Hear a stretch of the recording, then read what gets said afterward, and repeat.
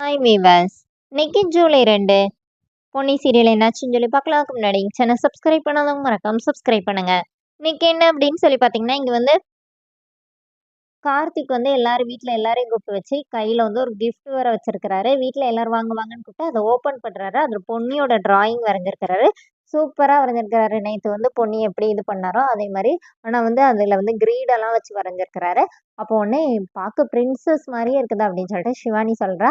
வீட்ல எல்லாருமே உனக்குள்ள இவ்வளவு திறமை இருக்காடான்னு சொல்றாங்க. ஆனா நம்ம சக்தி மட்டும் நம்பவே மாட்டேங்கிறாரு. இல்லடா நீ நேத்து ஒரு லைனா தானே போட்ட.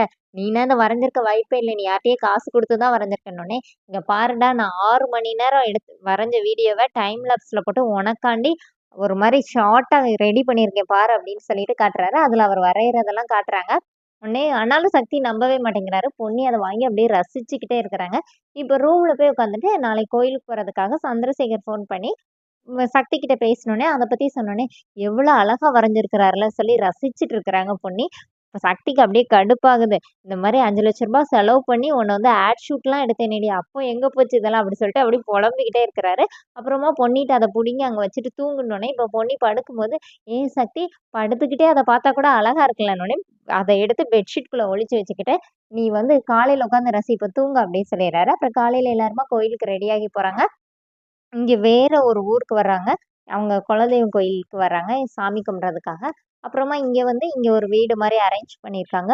ஜெயாவ வந்து கரெக்ட்டா இங்க இந்த வீட்டுக்கு வரும்போது மாத்திர்றாங்க. வேற ஒருத்தவங்க வந்துர்றாங்க ஜெயாக்கு பதிலா. அப்புறமா அவங்க வந்து எல்லாரும் இன்ட்ரோடியூஸ் பண்ணி வைக்கிறாங்க. கார்த்திக் எல்லாம் பண்ணிட்டு, அப்புறமா எல்லாரும் உள்ள போயிர்றாங்க. அதோட இன்னொரு எபிசோட் ரன் பண்ணிட்டாங்க. நாளைக்கு என்ன அப்படின்னு சொல்லி பார்த்தீங்கன்னா, பொன்னி ரொம்ப கவலையாவே இருக்காங்கன்னு சக்தி என்ன அப்படின்னு சொல்லி கேட்கும்போது, இன்னைக்கு எங்க அம்மாவோட பிறந்த நாள்னோனே, இப்ப சக்தி என்ன கேட்கிறாருன்னா, வேணா எதனாச்சும் ஆர்ஃபனேஜுக்கு போய் ஃபுட் ஆஃபர் பண்ணலாமா? இல்ல உங்க ஊர்லயே இப்ப எப்பவும் பண்ணுவியே அங்க பண்ணலாமா? அப்படின்னோனே, இப்போ பொன்னி என்ன சொல்றாங்கன்னா, இல்ல நான் இந்த வாட்டி என் சொந்த ஊர்ல இருந்தா அம்மாவோட சமாதிக்கு போலான்னு நெனச்சேன் அப்படின்னு சொல்றாங்க.